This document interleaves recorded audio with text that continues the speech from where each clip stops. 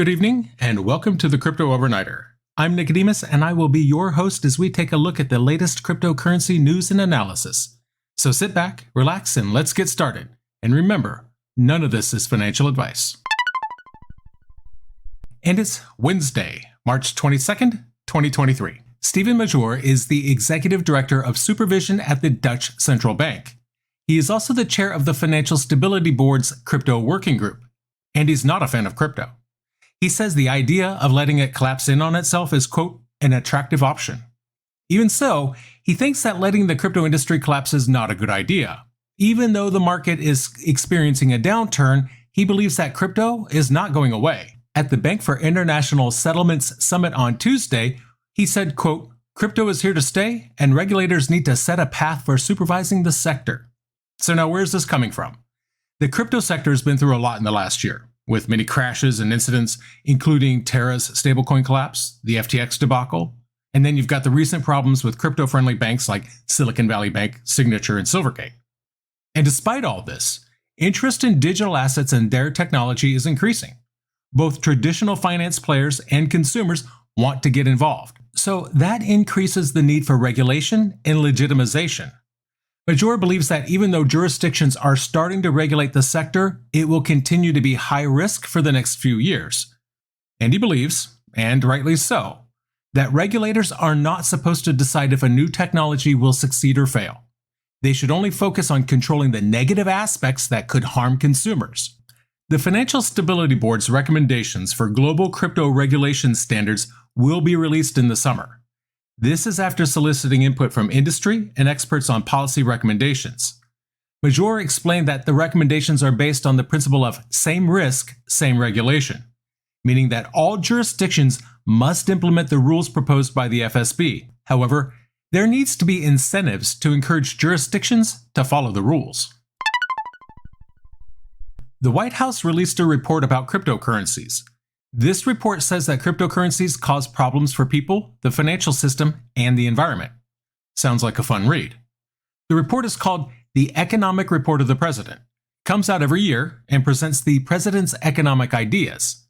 This report has a chapter about digital assets and economic principles. The report was released on Monday. And some people in the crypto industry are worried that the government wants to stop banks from working with crypto companies. I am one of those people. Now, these regulators, they say that it's not true. However, the report may not make people feel any better. Editor's note? No, it does not. Now, Matthew Homer used to work for a financial services department in New York. He said the report is very critical of crypto. He thinks that it telegraphs the government's position on crypto. Now, as it stands, the digital assets are getting a lot of attention of late. That's not really representative of reality. Silicon Valley Bank, for example, wasn't a crypto bank. So the point, I guess, is that other financial services other than crypto, they have caused more problems recently, like failing banks. This report talks about the claims and the goals from the crypto industry, especially those related to cryptocurrencies as investments, payment tools, and payment infrastructure. The report says, quote, many of them do not have a fundamental value, and then went on to talk about other problems with the industry. The report mentions that crypto claims that it can help with payment systems, financial inclusion, and the distribution of intellectual property and financial value. But the report says crypto assets have not brought any of these benefits. The report also talks about disasters in the crypto industry. Talks about things like Terra USD and BitConnect and FTX. These disasters hurt everyday Americans. The report talks about other examples of fraud in the crypto industry. One example is Long Island Iced Tea changing its name to Long Blockchain. Now, this was done to increase the stock price, even though the company had nothing to do with the blockchain at the time. Which doesn't sound like a crypto problem. The report also mentions Moxie Marlinspike. Marlinspike is the creator of Signal, and it cites him as saying that a centralized internet is easier. The report mentions that the FedNow payment network will soon be available. The report says that some people think that FedNow may make digital money less necessary. And so they think that FedNow is going to resolve all the issues that make crypto popular in the first place. That tells me they don't even know what the issues are. But if it's true, there may not be many benefits to using digital money after FedNow is launched. Michelle Bowman is a Federal Reserve governor, and she said in August of 2022, FedNow should address some of the concerns people have raised about the need for a central bank digital currency. The report acknowledged that crypto is here to stay, but it did not say much about what, if anything, the government should do about it. The report didn't give many recommendations for any future regulations or actions by Congress to fix the problems. The report ended the section by saying that the technology behind crypto, the distributed ledger technology, that may still be useful in the future. Now, this technology could be used by both government entities and private companies. And while the report recognized that some types of crypto are likely to stay, it also said that these digital assets still create risks for the financial system, investors, and consumers. The report said that some of the crypto industry is already covered by existing regulations. It claims that regulators like the SEC are working to make sure more entities follow the rules. But other parts of the crypto industry require coordination between different government agencies, and we're actually going to talk about that idea a bit later on. Senator Ted Cruz wants to stop the Federal Reserve from creating a direct-to-consumer central bank digital currency. He introduced a bill to block it. Cruz says that he wants to prevent the Fed from making a retail CDBC. He thinks that it could be used by the federal government to spy on people's finances. The senator said that it's crucial to protect financial privacy, maintain the dollar's power, and promote innovation in the US. He believes that CDBCs must follow these three principles. And Cruz warns that if a CDBC does not, it could let the Federal Reserve become a retail bank. Then, it could gather people's personal information and monitor their transactions forever. Cruz said that the federal government does not have the power to create a CDBC by itself. He believes that people should have more freedom and innovation should be encouraged. Cruz says that instead of limiting it, entrepreneurs should be supported. Now, Mike Braun is a Republican senator from Indiana, and Chuck Grassley is a Republican senator from Iowa. They both support Ted Cruz's anti-CDBC bill. Both senators believe that a CDBC could be used as a tool for spying on people. If this bill becomes law, Grassley says that it would stop the state from snooping on hardworking Americans' finances. He says that people should be able to spend their money freely and to do so without the government tracking their every transaction. This is not their first time at this. Cruz, Braun, and Grassley tried to stop the Fed from issuing a CDBC directly to individuals back in March of last year. They introduced a bill, but nothing's happened with it for almost a year. Now, meanwhile, President Biden signed an executive order called Ensuring Responsible Development of Digital Assets in March of last year. This order led to progress on a US dollar central bank digital currency. So they're not headed in the same direction. And to be clear, the three senators are not the only politicians in the US trying to stop CBDCs. As we recently reported, Florida Governor Ron DeSantis asked state lawmakers on March 20th to make a law banning the digital dollar in Florida. DeSantis compared the digital dollar to China's digital yuan and said that the digital yuan has been used to watch people's actions. He thinks that China will do whatever it takes to control their society. According to DeSantis, the central bank digital currency is about watching Americans and controlling their behavior. On February 22nd, Representative Tom Emmer also put forward his own bill against CDBCs. Emmer talked about the issue of privacy and said that a programmable dollar could easily be used to spy on people. It could also be used to express activities that are unpopular with the government. Meanwhile, in other senatorial news, Democratic Senator Elizabeth Warren and fellow Democrat Senator Ron Wyden recently called on the U.S. auditing watchdog, the Public Company Accounting Oversight Board. They want the board to take action against what they're calling sham audits of crypto companies. They argued that these audits have contributed to the recent stresses in the U.S. banking system. The board is supervised by the Securities Exchange Commission and is funded by audited public companies. And Erica Williams is their chair. She expressed concern about the auditors who perform sham audits, even for entities that are not under the organization's jurisdiction.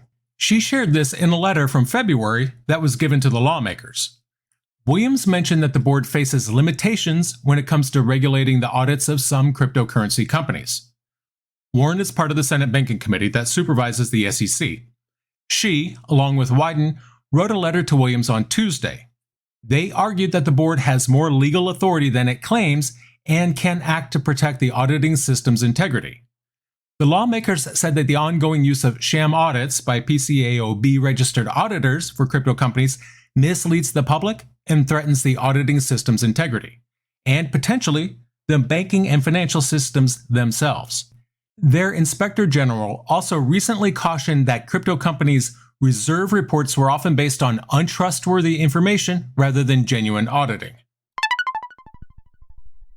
Now, in comparison to Senator Warren, who's on the Senate Banking Committee, we have Representative French Hill. Now, he chairs a House Financial Services subcommittee that focuses on digital assets, and he thinks that Congress must take action to regulate cryptocurrencies. He shared his concerns during a pre-recorded speech at the DC Blockchain Summit. Hill warned that if Congress doesn't regulate crypto, businesses may move out of the US, all while regulatory agencies continue to clamp down on the crypto industry. Hill urged Congress to act quickly to avoid such a situation. Now, according to Representative Hill, Congress must take the initiative to regulate cryptocurrencies before regulatory agencies step in. Hill believes that this legislation should be prioritized over enforcement actions or regulatory guidance. And while Hill didn't mention any regulatory agencies by name, the CFTC and the SEC have been actively bringing enforcement actions against crypto firms and individuals. The SEC set a record for crypto-related enforcement actions in 2022. In addition, they recently brought charges against Kraken, Terraform Labs, and its CEO Do Kwon. Hill believes that Congress must act now, and that they should start with regulating stablecoins. In the previous Congress, former House Financial Services Committee Chair Maxine Waters and current Chair Patrick McHenry worked together to create legislation that would regulate stablecoins. The draft legislation included the establishment of a federal framework around stablecoins and a temporary ban on payment coins that were not fully backed by outside assets. However, McHenry blamed the Treasury Department for delaying the talks. Hill wants the Treasury Department and the Federal Reserve to be constructive partners in their continued work on stablecoins. In 2021, the Treasury Department and other agencies released a stablecoin report, and while Treasury Secretary Yellen acknowledged that stablecoins could provide useful payment options, she also expressed concern about the lack of oversight and the risks that stablecoins pose to individuals and the system as a whole. On Tuesday, CFTC Commissioner Summer Mersinger suggested that the Commodity Futures Trading Commission and the Securities and Exchange Commission should work together to create a regulatory framework for digital assets. She said that they may be able to work together on the framework without legislative authority. That said, they may struggle to reach an agreement without a new law that forces them to cooperate. Now, CFTC Chair Ralston Benham has stated that he considers Ether to be a commodity, and the agency has authorized the self-certification of Ether derivatives. This establishes an official agency position that Ether is a commodity. In contrast, SEC Chair Gary Gensler views proof-of-stake digital assets, like Ether, as securities. This is due to his belief that staking creates an expectation of return. New York Attorney General Letitia James has also argued that Ether is a security in an enforcement action against KuCoin. At present, the only consensus is there is no consensus, and that Bitcoin is a commodity. According to both federal agencies, they can agree on that. Now, Commissioner Johnson has called for safeguards to be put in place. These include such things as segregating customer assets and implementing cyber risk safeguards. The SEC has proposed new rule changes in these areas, which would apply to both digital asset and traditional finance firms. Johnson expressed concern about the failure of the infrastructure to be established and overseen effectively, and that was even prior to regulatory engagement. Cody Harris is a Texas House of Representatives member, and following the recent trend, he proposed a resolution on March 21st. This resolution wants the legislature to declare that, quote, the Bitcoin economy is welcome in Texas. Harris urges lawmakers to safeguard individuals who code or develop on the Bitcoin network. He also wants to protect Bitcoin miners and users who operate in Texas. Harris argues that the state's constitutional rights should cover all unreasonable searches or seizures related to digital assets held by residents. The resolution stated that Texas Bitcoin miners would never be restricted by laws or resolutions. It also declared that Texans who hold Bitcoin should feel free and secure in their use of the virtual currency. Now, all that aside, even if it's passed, House Concurrent Resolution 89 would not have a significant impact on Texas laws and regulations. That's not what it's there for. Its purpose is to convey a particular sentiment among lawmakers. The resolution mentioned China's crackdown on crypto miners, which has led many firms to move to Texas. Some of the companies that have set up operations in the Lone Star State include Riot Platforms, Core Scientific, and White Rock Management. Texas's commercial laws recognize cryptocurrencies as part of an amendment to the state's Uniform Commercial Code. However, some federal lawmakers have criticized Texas' regulatory framework, citing potential environmental concerns related to the energy consumption of mining companies. A European Commission proposal on a digital euro is expected in May of this year. The ECB's executive board member Fabio Panetta previously told policymakers that the detail on privacy would be included in their legislative proposal. He said, quote, "It will be up to you, as co-legislators, to decide on the balance between privacy and other important policy objectives." Christine Lagarde is the president of the European Central Bank. She said that a digital currency could never offer the same level of anonymity and privacy as cash. To address this issue, the ECB is developing a Cash Plus. This would be an alternative for a digital euro backed by the central bank. This option claims to closely replicate the privacy provided by cash. I am doubtful. Now, Lagarde explained that the commercial banks would act as intermediaries for CBDCs, including the digital euro. They would manage consumer data and ensure compliance with anti-money laundering and know your customer requirements. Lagarde claims that central banks have no interest in gathering or commercializing consumer data. I would suggest that's irrelevant. The information will be collected, whether the central bank acknowledges having a use for it or not. And spoiler alert, it does. Now, privacy has previously emerged as a significant concern among Europeans with regards to the digital euro. In previous statements, Lagarde has tried to alleviate these concerns by stating that a digital euro would not be utilized for commercial purposes. At present, the European Union's Digital Euro initiative is undergoing an investigation phase.